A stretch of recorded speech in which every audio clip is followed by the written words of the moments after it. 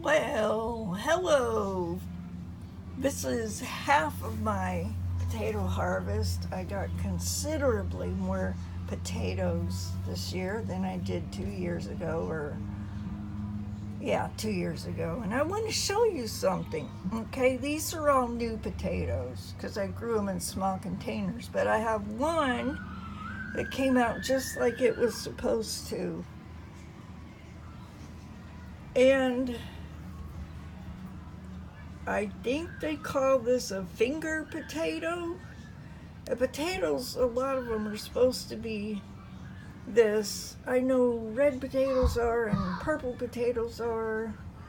So I'm very, very excited, and I'm going to use this as seed potato, but I am going to eat the rest of these except for maybe that one. I'm not sure. It's so little. Well, these are really little. I'm gonna eat them for dinner tonight. You think I should? Yep, definitely. And I will harvest the other potatoes when I finished eating these potatoes because it's still early. But they've been in the ground for 4 months.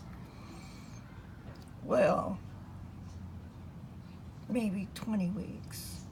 Okay, anyway, okay, bye.